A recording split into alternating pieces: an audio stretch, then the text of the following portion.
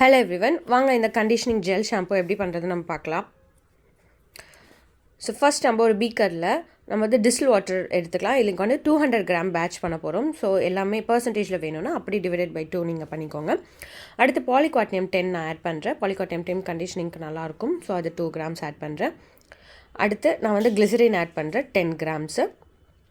எதுவுமே ஹேர் மாய்ஸ்சரைசேஷனுக்கு ரொம்ப நல்லாயிருக்கும். அடுத்து டிஎல் பேந்தனால் 4 கிராம்ஸ் ஆட் பண்ணுறேன். இதுவுமே மிஸ் பண்ணாதீங்க. இதுவுமே ரொம்ப நல்லாயிருக்கும் ஹேருக்கு. ஸோ இது எல்லாத்தையும் வந்து நம்ம டபுள் பாய்லர் மெத்தடில் ஹீட் பண்ணிவிட்டு பாலிகாட்னியம் 10 நல்லா மெல்ட் ஆகிற வரைக்கும் வெயிட் பண்ணணும். அது பாலிகாட்னியம் 10 மெல்ட் ஆனதுக்கப்புறமா நம்ம ரிமைனிங் இன்க்ரீடியன்ட்ஸ் ஆட் பண்ணலாம்.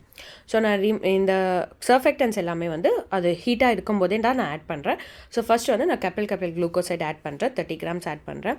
அடுத்து CAPB 50 கிராம்ஸ் ஆட் பண்ணுறேன்.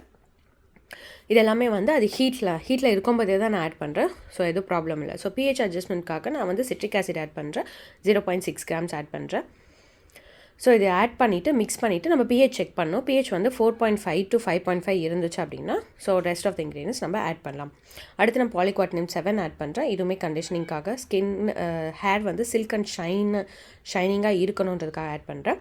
அடுத்து செட்ரிமோனியம் குளோரைட், இதுவுமே வந்து ஹேர் சில்கியாக இருக்கும். அடுத்து ப்ரிசர்வேட்டிவ் ஈக்கோ ஆட் பண்ணுறதுக்கு முன்னாடி டெம்பரேச்சர் கொஞ்சம் செக் பண்ணிக்கோங்க, 45 டிகிரி செல்சியஸ் கீழே இருக்கான்ட்டு. அடுத்து நான் ஹைட்ரோலைஸ் சில்க் ப்ரோட்டீன், இதுதான் வந்து உங்களுக்கு ஹேருக்கு வந்து அந்த ஷைன் அண்ட் சில்கினஸ் கொடுக்கும். ஸோ அது வந்து நான் 2 கிராம்ஸ் ஆட் பண்ணியிருக்கேன். அடுத்து வந்து நம்ம திக்கனிங்காக சோலாகிராம் ஆட் பண்ணுறோம். சோலாகிராம் வந்து 2%, அதாவது 4 கிராம்ஸ் நான் ஆட் பண்ணுறேன்.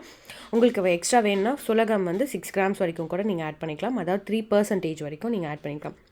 அடுத்து நான் கலர் வந்து சும்மா ஆப்ஷனல் தான்.